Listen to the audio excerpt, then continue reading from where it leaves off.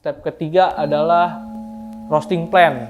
Nah, roasting plan ini penting nih. Jadi sebenarnya roasting plan kayak lo sekolah lah ya. Lo dari SMP, SMA, lo kuliah, ambil jurusan apa, itu kan planning. Di roasting juga harus ada planning, bro. Bahan baku lo mau diapain? Mau di roasting apa? Tujuannya buat apa? Itu penting. Jadi step-stepnya semua saling kesinambungan kasarnya gitu. Dari lo kenalin mesinnya dulu, kenalin bahan bakunya dulu, baru ke roast plan-nya. Nah, roast plan ini penting, bro. Ada namanya, jadi dari suhu masuk beans, lalu lu mau main power berapa sih buat ngejar target lu pada saat lu ngerosting. Tujuannya mau apa? Mau filter kah? Espresso kah?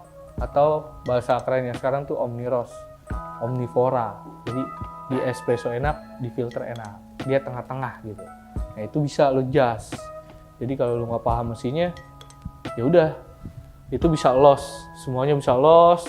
Nah, si green bean ini kan banyak, bro, ada nutrisi segala macam lah ya, ada ya banyak lah pokoknya yang harus lo pahami dari si bahan baku. Nah, planningnya ini jadi agak rumit kalau lo nggak paham dari mesin dan bahan bakunya ini.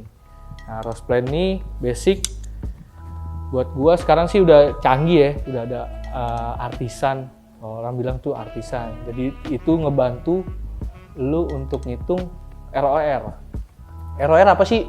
Jadi rate of reps, jadi kenaikan suhu per menit. Ada juga yang ambil 1 menit, ada ambil yang per 30 detik. Jadi kondisi di dalam drum pada saat roasting si kopi itu kan disensor sama yang kita bilang itu beans temperatur, ada airflow temperatur. Yang paling penting sih beans ya, beans temperatur. Dua-duanya penting sih, cuman tolak ukurnya lebih simpel aja kita, karena kita ngomongin roastery ya beans lah ya, beansnya mau diapain. Nah, beans temperatur tuh karena kondisi di dalam keadaan mesin lo nggak tahu ya. Nah, kita kasih itu sensor beans. Nah, itu yang harus dicatat ROR. Nah, zaman sekarang udah simple nih, udah dikasih yang namanya sistem artisan di mesin VNT dan Nordic itu udah bisa connect, bro. Udah bisa tinggal colok komputer aja, udah connect, bro. Keluar namanya grafik. Jadi artisan coffee roaster itu dia ngebantu untuk nge-track atau mengindikasikan bakal naik atau turun sih suhu beans lu di dalam drum ini. Kalau dulu kita masih nyatet, bro, berapa sih menit ke menit 1, menit kedua, menit 2, menit 3, itu harus kita catat. Sekarang udah enggak, udah tinggal lihat komputer aja, itu semua di ke-track, bro. Berapa derajat naiknya per 30 detik, ada yang per menit, masing-masing lu lah ya, masing-masing roaster biasanya ngambilnya dua itu sih, semenit atau 30 detik. Jadi itu planningnya udah ketahuan, bro. Jadi lu sebelum lu roasting lu udah harus ada planning. Mau diapain sih kopinya, terus target suhunya menit per menit atau 30 detik per 30 detik lu harus ada tahu dulu. Endingnya mau di berapa, terus selesainya mau di berapa. Tujuannya untuk apa? Oke, itu di step 3. Kita masuk ke step 4. Nah, ini agak rumit nih. Sekolahnya juga mahal sebenarnya. Lu harus sekolah sebenarnya. Sensori kayak gini lu harus sekolah. Tapi kalau nggak perlu sekolah juga nggak apa-apa. Makin sering lu nikmati kopi, sebenarnya makin sering juga sih lidah lu kelatih. Nah, yang keempat ini adalah evaluasi. Jadi lu harus bisa evaluasi bahan baku setelah lu roasting atau roasted bean lu. Apa sih yang sesuai gak sih sama tujuan lu ngerosting gitu. Dari step 1, step 2, step 3, pas lu cup atau lu evaluasi, wah sesuai gak nih sama target lu. Dan itu semua datanya udah di save di yang sebelumnya gue bilang ya, di Artisan Coffee Roaster. Jadi ketika lu evaluasi roasted bean yang lo udah roasting ini nggak sesuai sama planning lo atau masih kurang puas lah ya, lo masih bisa lihat datanya di data artisan atau laptop yang udah connect itu. Apa yang salah, gimana cara benerinnya, nah itu semua udah direkod sebelumnya di Artisan Coffee Roaster. Nah, evaluasi ini penting, bro. Kalau bisa, kalau saran gua, jangan lu sendiri kalau pada saat evaluasi ini, karena kopi ini selera ya. Jadi saran gue lo harus 2 atau 3 orang lah yang nikmatin roasted bean lo atau hasil roasting lo si bahan baku itu. Jadi masing-masing orang punya referensi ya. Dan kalau bisa, kalau gue saran sih gimana ya, jangan lo kasih tahu datanya. Jadi apa ya dibilangnya tuh, ya udah nikmatin aja, masing-masing punya referensi masing-masing, notes masing-masing, karakter rasa masing-masing, atau apa ya, kesukaan masing-masing lah ya. Jadi masing-masing punya persepsi.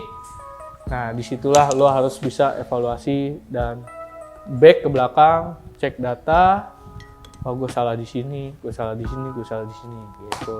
Nah, contoh evaluasi itu salah satunya ya yang biasa umum itu dibilangnya cupping.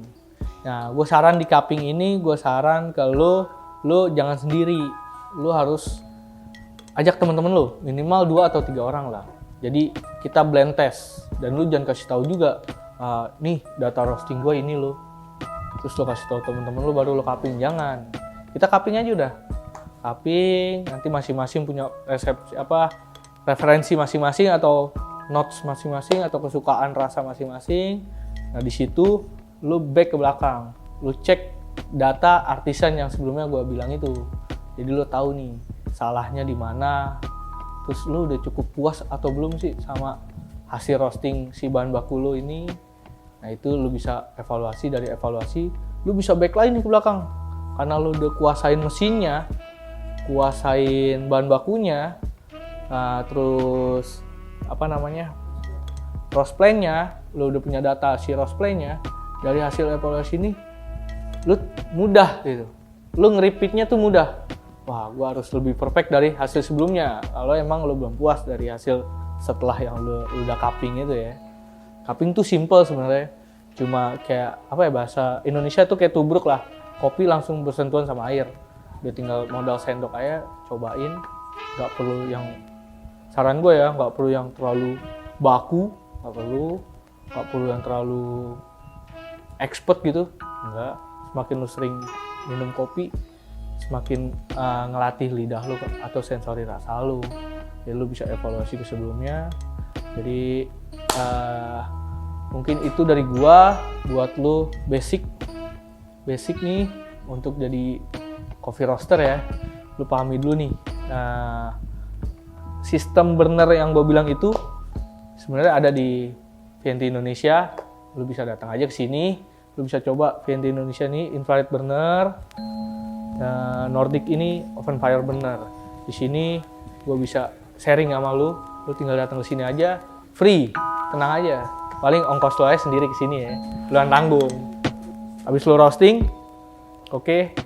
Atau kita bisa, di atas juga ada lab, jadi lo bisa langsung, ya kita bahas lah sampai tuntas dari materi yang gue sebutin tadi. Ya lo bisa coba nih, infrared cek apa sih? Jadi bukan cuma teori, gue ngasih di video ini, lo undang kemari untuk cobain mesin gue nih.